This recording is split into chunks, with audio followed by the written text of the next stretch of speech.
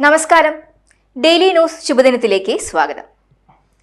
എല്ലാ മാറ്റങ്ങൾക്കും കാരണമാകുന്നത് ചരിത്ര പുരുഷന്മാരോ സെലിബ്രിറ്റികളോ മാത്രമല്ല, നമ്മുടെ ജീവിതത്തിലൂടെ അദൃശ്യമായി കടന്നുപോകുന്ന ചില മനുഷ്യരും കൂടിയാണ്.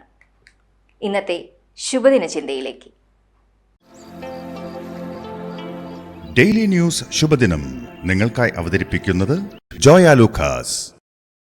പൊന്നണിഞ്ഞ പ്രഭാതത്തിന്റെ അലകളിൽ നിറയുന്ന പുഞ്ചിരികൾ. അതെ, ഇന്ന് ആഘോഷമാണ്. ജോയ ലൂക്കാസ്, ഓരോ ആഘോഷത്തിന്റെയും ആത്മാവ്. അവൾ അവരുടെ ഏക മകളായിരുന്നു. സ്വന്തം ജീവിതത്തെക്കുറിച്ച് അവൾക്ക് വലിയ സ്വപ്നങ്ങളുണ്ടായിരുന്നു. പഠിച്ച് ജോലി നേടി വിവാഹം കഴിച്ച് കുട്ടികളുമായുള്ള സന്തോഷ ജീവിതമായിരുന്നു അവളുടെ മനസ്സിൽ. പക്ഷേ വിവാഹം കഴിഞ്ഞ് അധികം കഴിയും മുമ്പേ ബന്ധത്തിൽ വിള്ളൽ വീണു. അവൾ വിവാഹമോചിതയായി.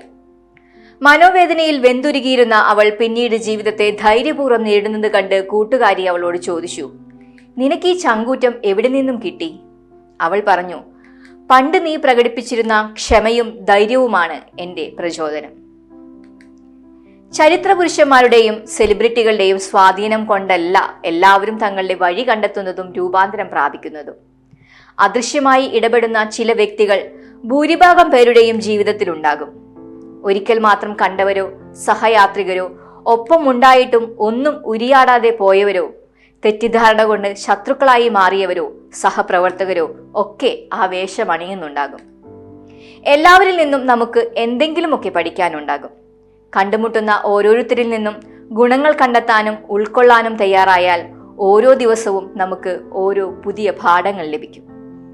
ശുഭദിനം. ഡെയിലി ന്യൂസ് ശുഭദിനം നിങ്ങൾക്കായി അവതരിപ്പിക്കുന്നത് ജോയ ലൂക്കാസ്.